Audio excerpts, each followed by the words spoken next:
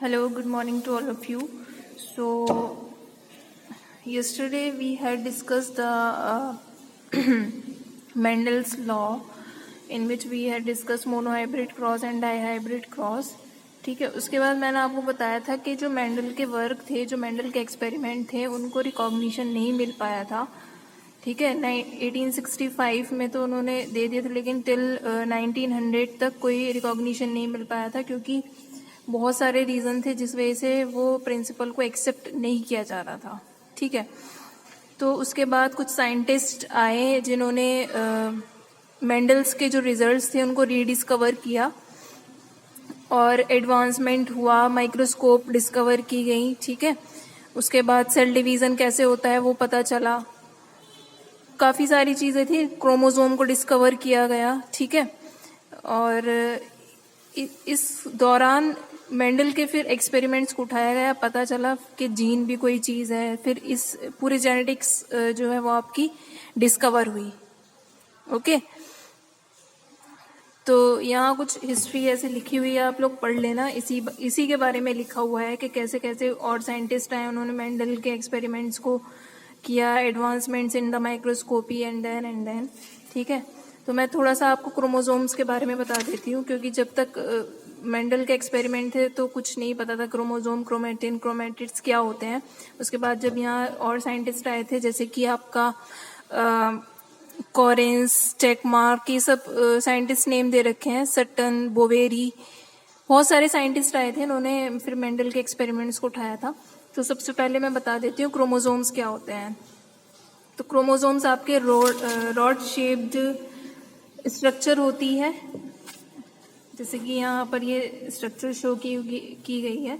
Rod shape structure होती है और ये कब बनते हैं? They form when the chromatin condense together when the cell is about to divide. जब सेल डिवाइड होने वाली होती है, आपने 11वीं क्लास में पढ़ा था सेल डिवीजन, उसमें जब सेल डिवाइड होती है उस टाइम पर वो क्रोमेटिन मटेरियल ही कंडेंस्ड होकर इनका फॉर्मेशन करता है. And they composed of DNA, nuclear protein के ये बने होते हैं. And also they contain the information of inheritance, ये आपको पता है. And genes are present on the chromosome, ये भी आप लोगों को पता है. तो थोड़े से इन्फॉर्मेशन मैं आपको ये क्रोमोसोम और क्रोमेटिन के बारे में दे रही हूँ, आप लोगों को लिखना भी है ये. नेक्स्ट, क्रोमेटिन क्या होता है? It's a thin thread like structure which is embedded in the nucleoplasm. जो न्यूक्लियस होता है, न्यूक्लियस के अंदर जो न्यूक्लियोप्लाज्म होता है उसी के अंदर थ्रेड लाइक स्ट्रक्चर होती है, उसको क्रोमेटिन कहा जाता है. तो क्रोमेटिन के अंदर क्या क्या होता है? डीएनए होता है, आरएनए होता है, histone and non histone proteins होती हैं. ओके, और ये सिर्फ कब प्रेजेंट होता है chromatin material? It exist during the resting stage of a cycle. और जब डिवाइड होती है तो वो क्रोमोसोम में डिवाइड हो जाते हैं, रॉड शेप्ड स्ट्रक्चर में. ठीक है, नेक्स्ट मैं आपको बता देती हूँ क्रोमेटिड्स क्या होते हैं. तो क्रोमेटिड्स आपके they formed during S sub phase of the interphase. जब इंटरफेस की एस सब फेस आती है, विच इज सिंथेसिस फेस, तब क्रोमेटिड्स का फॉर्मेशन होता है.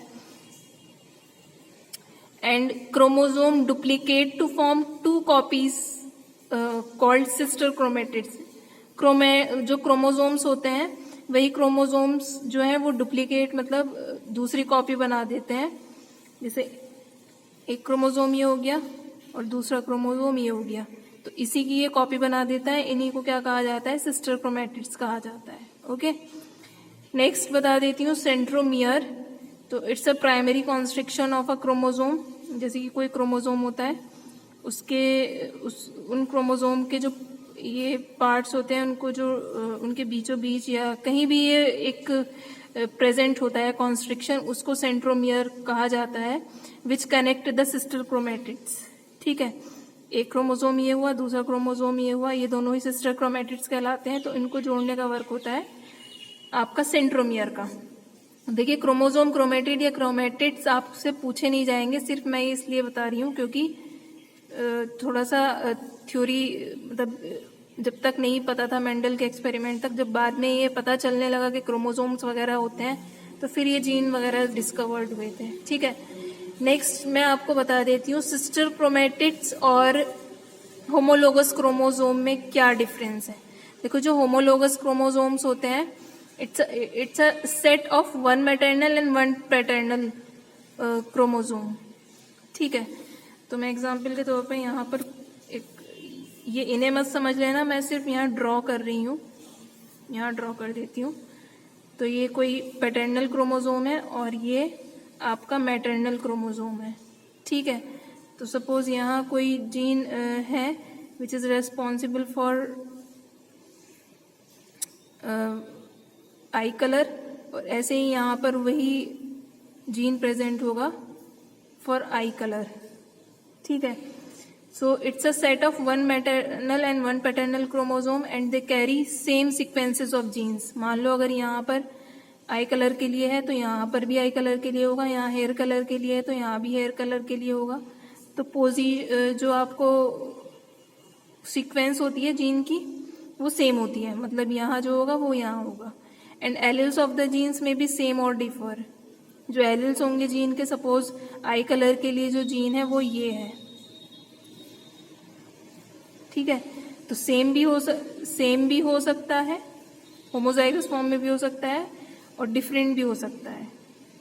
ठीक है, and they pair up with each other during meiosis. और जब ये पेयर अप कब होते हैं दोनों, जो होमोलोगस क्रोमोसोम है, they pair up with each other only the time of meiosis, जब मियोसिस डिवीजन होता है। ठीक है, तो ये तो होमोलोगस क्रोमोसोम हो गए। सेकंड मैं आपको बता देती हूँ सिस्टर क्रोमैटिड्स क्या होता है। तो सिस्टर क्रोमैटिड्स में आपको 1/2 ऑफ द डुप्लीकेटेड क्रोमोसोम, क्योंकि मैंने अभी आपको बताया था जो क्रोमैटिड्स ये सिस्टर क्रोमैटिड होता है वो क्रोमोसोम की ही कॉपी होती है, तो हाफ डुप्लीकेशन होता है ये क्रोमोसोम का।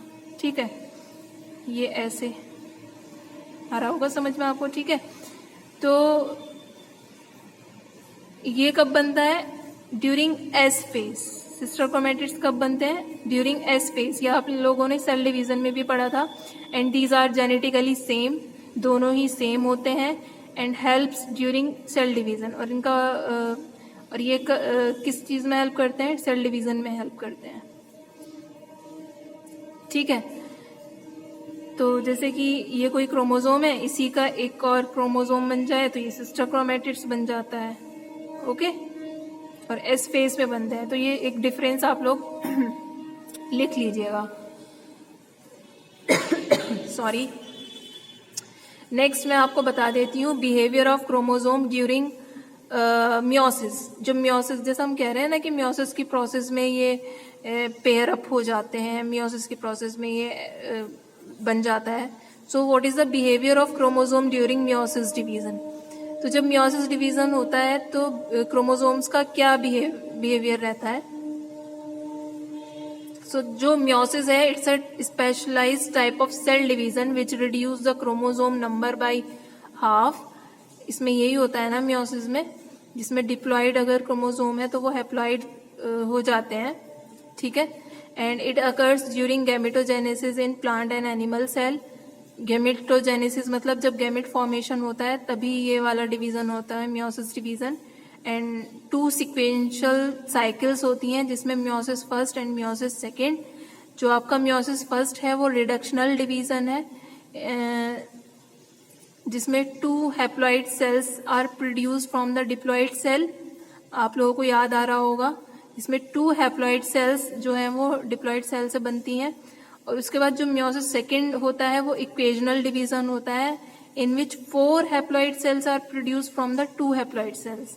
यही होता है ना, आपकी जो डिप्लॉइड सेल होती है उससे पहले 2 हैप्लॉइड सेल्स का फॉर्मेशन हो जाता है मियोसिस फर्स्ट में।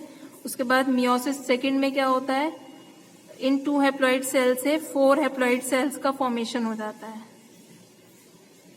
ओके, तो इस टाइप से ये क्रोमोसोम डिवाइड हो जाते हैं। ठीक है, तो ये इस टाइप से क्रोमोसोम का बिहेवियर रहता है और जीन्स वगैरह होते हैं। तो इन साइंटिस्ट ने क्रोमोसोम्स वगैरह को डिस्कवर किया, एडवांसमेंट हुआ, माइक्रोस्कोप आई, उसके बाद ये जाकर थोड़ा सा पता चला होगा कि कैसे कैसे क्या होता है। ठीक है। उसके बाद जैसे कि यहाँ लिखा है, सटन बोवेरी ने ये बताया था कि कैसे क्रोमोसोम्स जो हैं वो जो फैक्टर्स थे जीन उनसे कैसे लिंक्ड हैं। उसके बाद सटन ने इस नॉलेज को जिसमें क्रोमोसोम्स और जीन वगैरह होते हैं, ये जो भी इन्होंने डिस्कवर किया था क्रोमोसोम क्रोमेटिड्स, इसको मेंडल के प्रिंसिपल के साथ कंबाइन करने की कोशिश की और एक थ्योरी दी उन्होंने, which is chromosomal theory of inheritance. ठीक है, जिसमें क्या किया गया, तो ये जो क्रोमोसोमल थ्योरी ऑफ इनहेरिटेंस है, it's a fundamental theory of genetics to identify the chromosome as a carrier of genetic material. ये थ्योरी क्यों दी गई?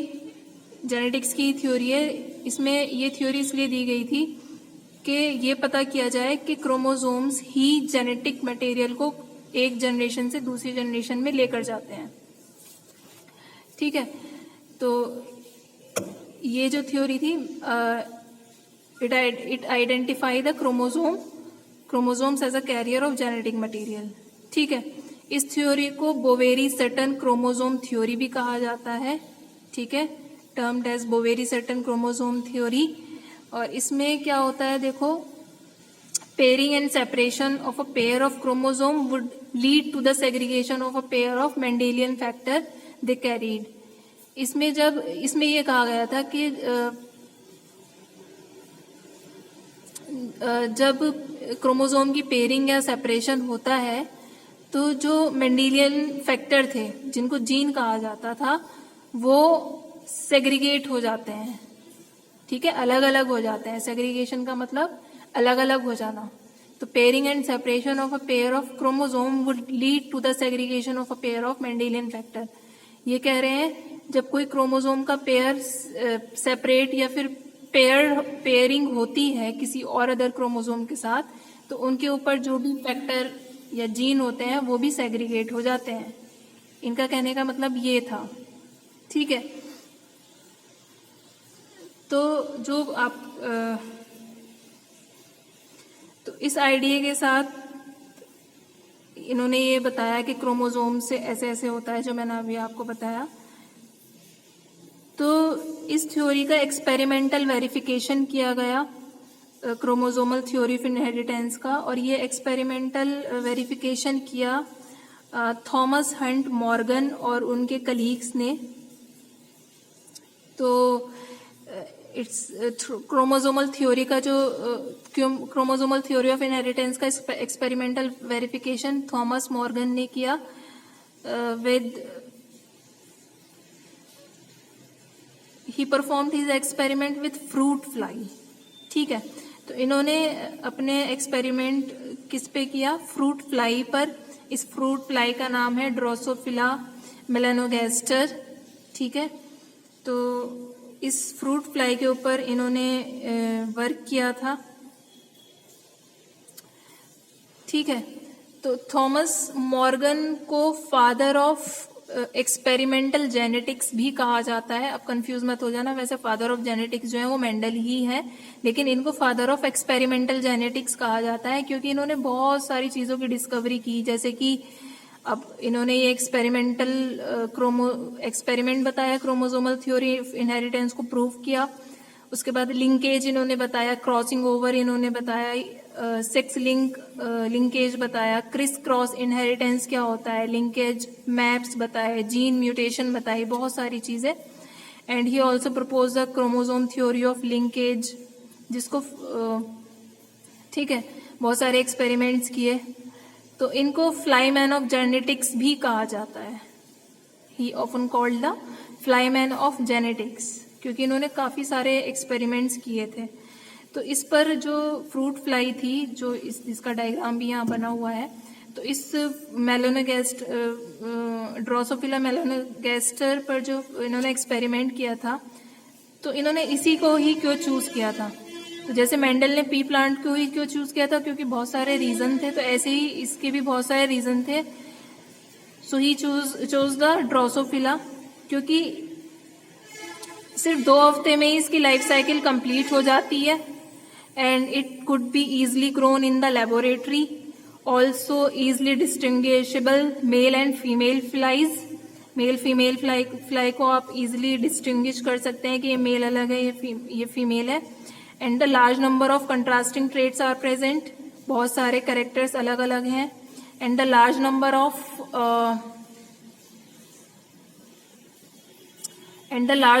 contrasting traits are present, and the large number of flies are produced with one mating.